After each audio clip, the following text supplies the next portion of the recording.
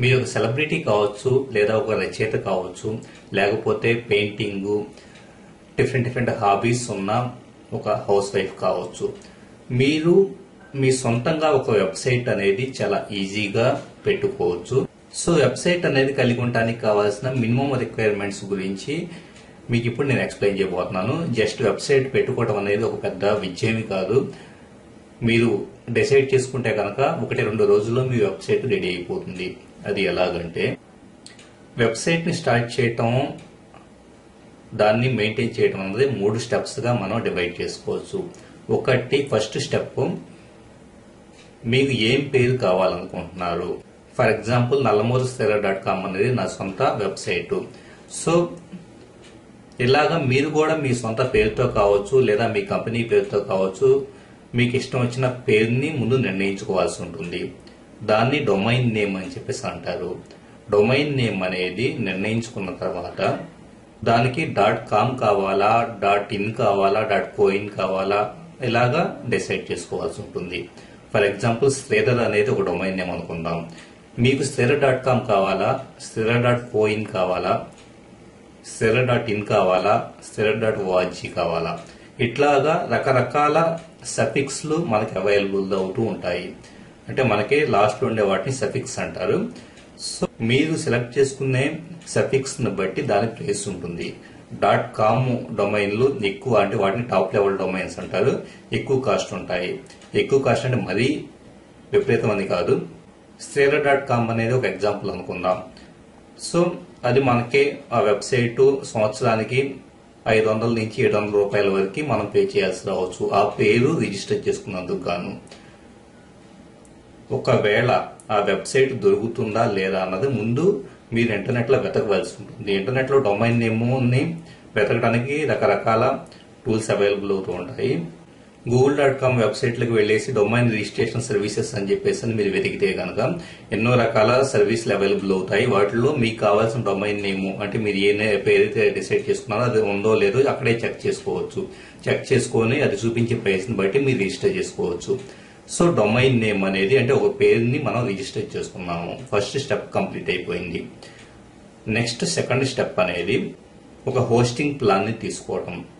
Hosting plan అంటే మీరు మీ website లో పెట్టదలుచుకున్న డేటా మొత్తాన్ని, అది టెక్స్ట్ కావచ్చు, ఫోటోలు కావచ్చు, ఏ కంటెంట్ అయినా స్టోర్ చేసుకోవడానికి కొంత స్పేస్ లాగా అన్నమాట. అంటే మన హార్డ్ డిస్క్ లో, మన కంప్యూటర్ లో ఎలాగైతే CDEF లాగా డ్రైవ్స్ ఉంటాయో, అలాగే హోస్టింగ్ స్పేస్ ను కూడా మనం మన వెబ్సైట్ యొక్క డేటాను స్టోర్ చేసుకోవడానికి ఉద్దేశించబడిన స్పేస్ గా కన్సిడర్ చేయవచ్చు.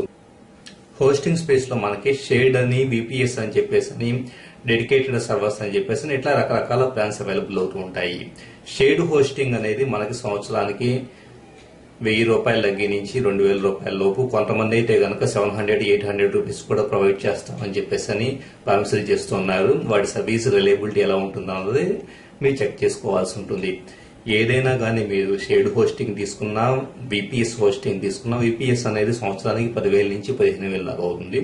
VPS తీసుకున్న ఏ హోస్టింగ్ ప్లాన్ తీసుకున్నా గానీ, ఫస్ట్ ఆఫ్ ఆల్ మీకు హోస్టింగ్ ప్రొవైడ్ చేస్తున్న కంపెనీ రిలయబుల్లా కాదా.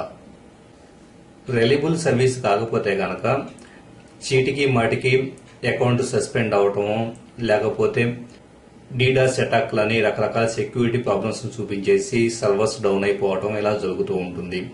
సో కాబట్టి హోస్టింగ్ ప్లాన్ విషయంలో మాత్రం చాలా జాగ్రత్తలు తీసుకోవాల్సి ఉంటుంది.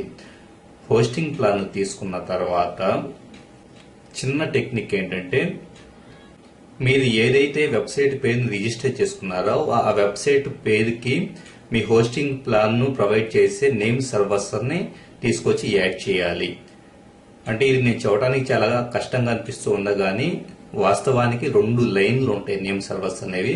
ఆ 2 లైన్ల మ్యాటర్ ను తీసుకొచ్చి మీ వెబ్సైట్ రిజిస్టర్ చేసుకున్నప్పుడు ఒక కంట్రోల్ ప్యానల్ ఇస్తారు.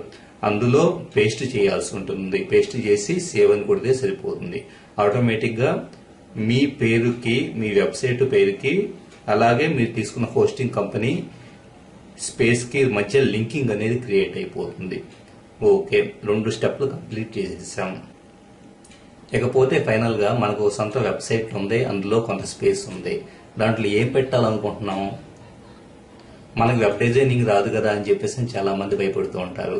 వెబ్ డిజైనింగ్ గురించి వరి అవ్వాల్సిన పని లేదు. మనకి ఈ రోజు వర్డ్ ప్రెస్, జూమ్లా, డ్రుపాలు ఇట్లా రకరకాల కంటెంట్ మేనేజ్మెంట్ బ్లాగర్ స్క్రిప్ట్లు అవైలబుల్ అవుతూ ఉన్నాయి.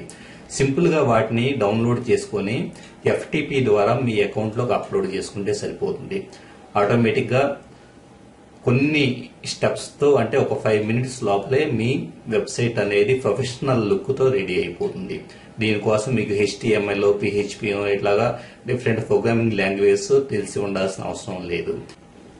సో వీటన్నిటి గురించి నేను డీటెయిల్డ్ గా టాపిక్ బై టాపిక్ ఇంకా ఎలాబరేటెడ్ గా మీకు ఎక్స్ప్లెయిన్ అయ్యే విధంగా విజువల్ గా మీకు కొన్ని వీడియోలు చేసి చూపిస్తాను. సో మీకు మీ సొంత వెబ్సైట్ ఎలా క్రియేట్ చేసుకోవాలి అన్నది ఆల్రెడీ అవగాహన వచ్చిందని అనుకుంటూ ఉన్నాను.